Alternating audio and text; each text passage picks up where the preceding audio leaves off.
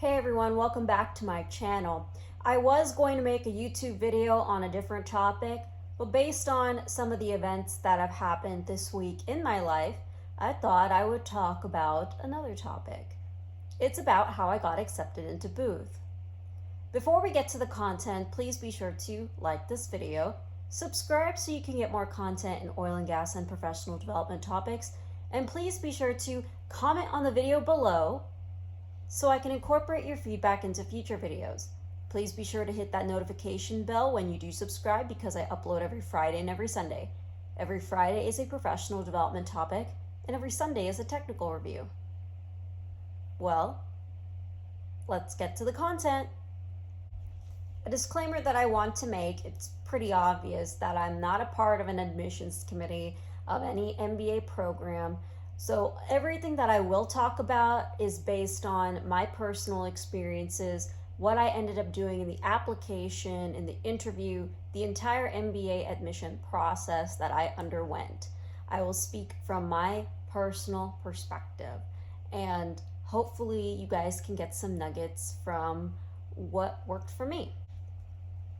Chicago Booth has been my dream school for about 6 years now. When I graduated from the University of Texas with my bachelor's in petroleum engineering, I learned about Booth's part-time program and the Booth program in general at the time. And I knew in my heart that I wanted to do an MBA because, ironically enough, to be a good engineer, you also need to have a good business acumen. And Booth had the academic rigor, the data-driven approach that I really admired. So needless to say, Booth has been my dream school. I had my sights set on Booth for quite some time, to say the least. Which brings me to my first point. You have to understand what your why is in the MBA process, and it needs to be clear on the application. I made that extremely clear on the application of why I'm going to get an MBA and what I'm going to do with the degree. Because I was able to figure out my why in the 6 years that I was aspiring to get an MBA, I was able to craft my application and make a clear story on what I wanted from Booth. The next thing that I wanted to talk about is the actual application process. Every single MBA program from my experience, at least the ones that I have applied to, yes, I applied to multiple MBA programs, have a similar application structure, putting in your personal information, your academic information, and then all of a sudden you put your test scores and your essays. What I ended up doing was focus on a component of my application that I knew that I wasn't going to be waived for, and that is the GMAT. I studied for the GMAT for about 6 months before taking the actual test. I took as many questions and practice tests as possible. To give you a breakdown of how many questions that I ended up doing instead of how many hours I ended up studying, I ended up doing about 1,800 questions and I did about 7 practice tests. And that was over the span of 6 months. Some of you guys might be thinking that you've done plenty more questions or you may have done plenty more tests. And I'm not going to disclose my score for the purpose of I don't want any comparisons of how my score fared compared to how other people have fared with that kind of studying. But I will tell you that that was what it took for me to get a competitive GMAT score, for me at least. And I can do a whole YouTube video on how to prepare for the GMAT, but there's plenty of material on YouTube for that. The next component I'm going to talk about is something that you can't control because it's already happened, are your transcripts. My master's degree and my bachelor's degree transcripts I ended up submitting. But if you do have a noticeable transcript or GPA to where it's low, make sure you take advantage of the optional essay and talk about why that particular GPA is low.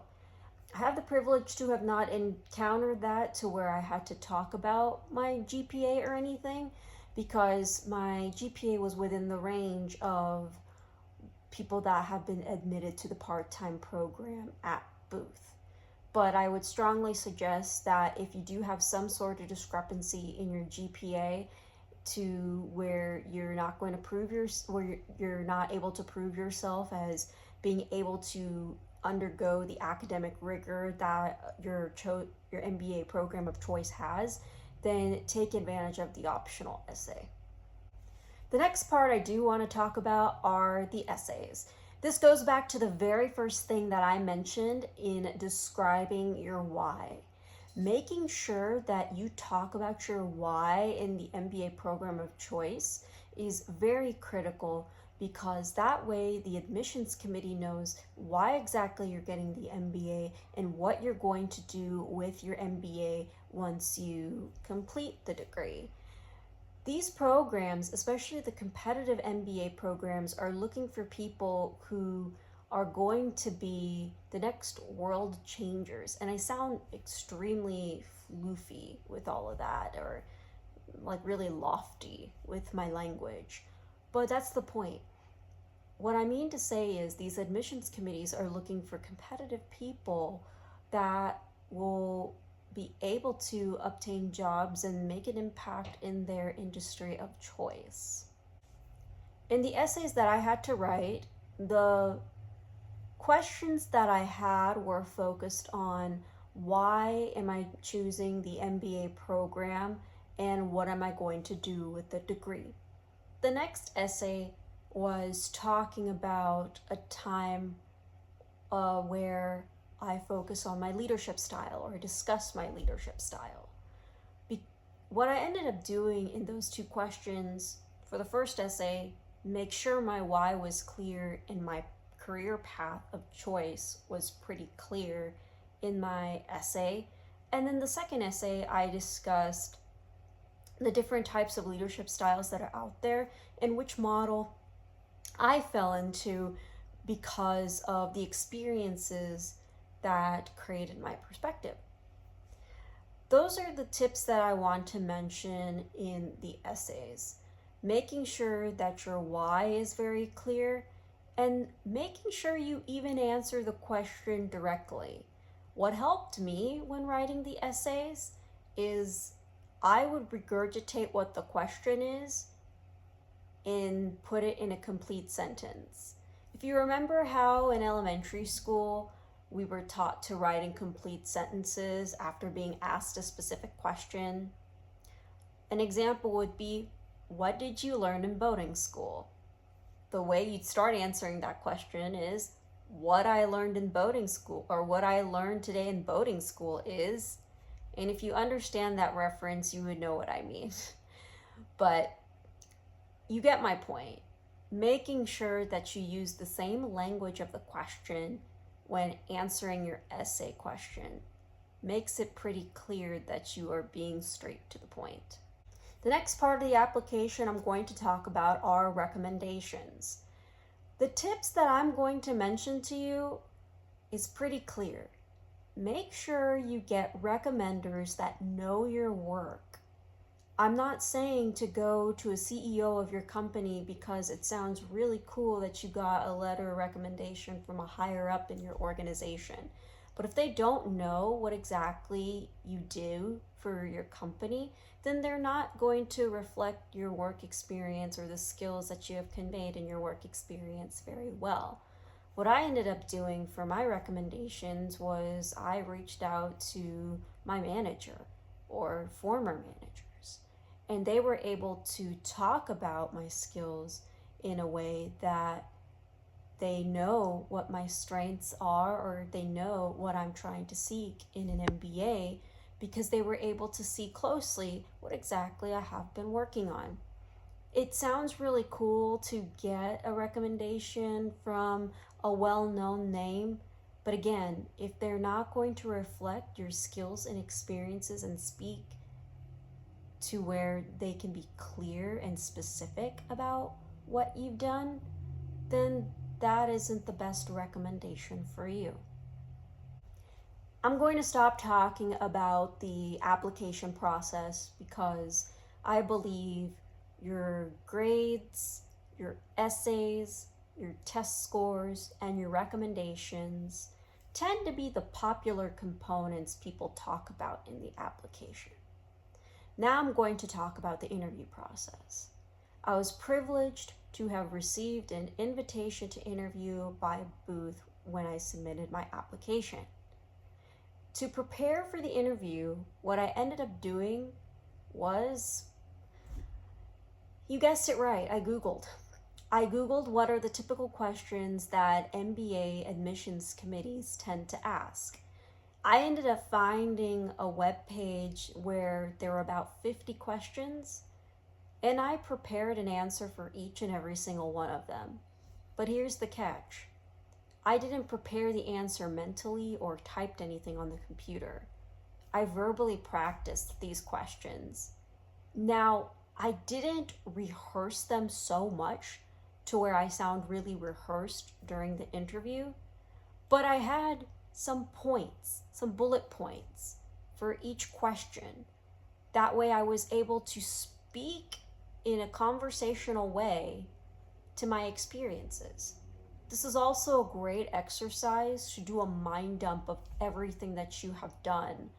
And it was actually a really great positive affirmation exercise when I found all those questions and prepared how to answer those questions.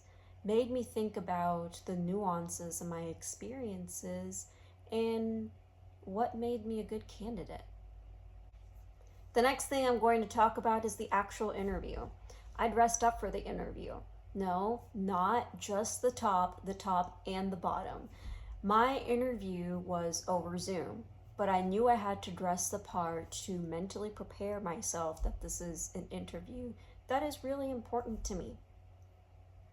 During the interview, I have to admit it was very conversational. I had a great time. I was able to answer all my questions, and I was able to touch on some of the experiences that I prepared for when I was reading all those 50 questions that admissions committees could ask you.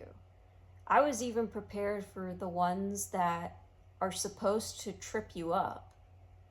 An example would be, how do your friends describe you? Then how do your coworkers describe you? Why are those two different? The way you can answer this question is that it touches upon authenticity. Are you authentic as an individual when you're with your friends versus when you're with your coworkers? Are you the same person? And if you're not authentic, maybe that's an area of growth to work on. Being more of an authentic person or being more of a consistent person when it comes to different environments. And learning that you don't necessarily have to be a different person during different environments. Even though certain environments may prompt specific character traits in you, it's a great question to talk about and even get into the psychology of it. But that was an interesting MBA preparation question that I found. I know I got into the specifics of that question, but what I wanted to say from this is that I had a great experience. I was able to prepare for the questions that were supposed to trip you up. And I didn't feel like there were any curveballs. I believe that an admissions committee genuinely wants to know about who you are. So being yourself in these interviews is very critical. And the same thing goes for the application. Don't try to write something that you think that admission committees want to hear. They want to hear your story. And what I ended up doing was telling my story, being very frank about why I wanted to get the MBA and why I wanted to go for the school that I wanted to go to. The last piece of advice is going to be a little bit different.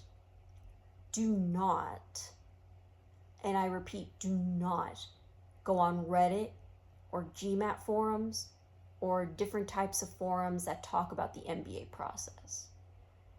This messed with my brain a lot because I would go on these forums, read other people's anxieties, their profile reviews, and I started comparing myself to their profiles and people's responses to their profiles in what are my chances in getting to these schools.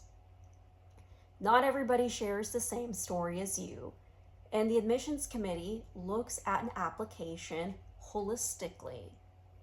They know that not every single person is going to check the box on every single component of their application.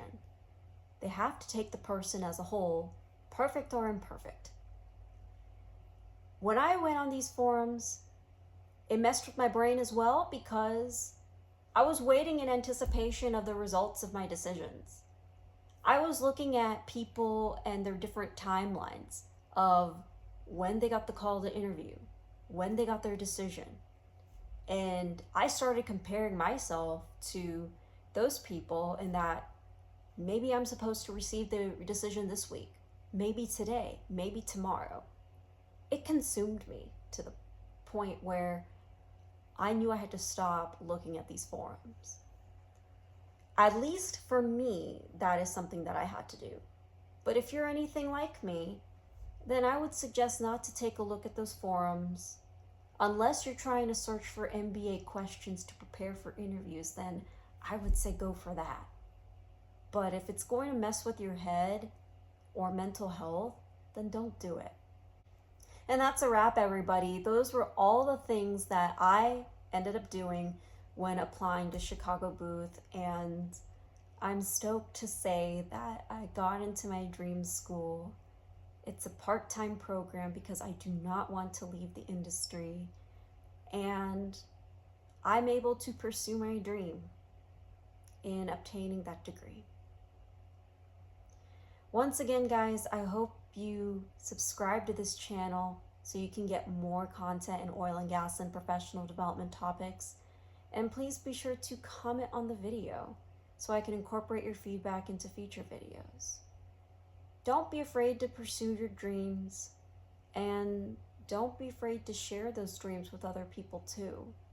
I ended up speaking into existence that I wanted to go to this program 6 years ago, and now I have the privilege in doing so.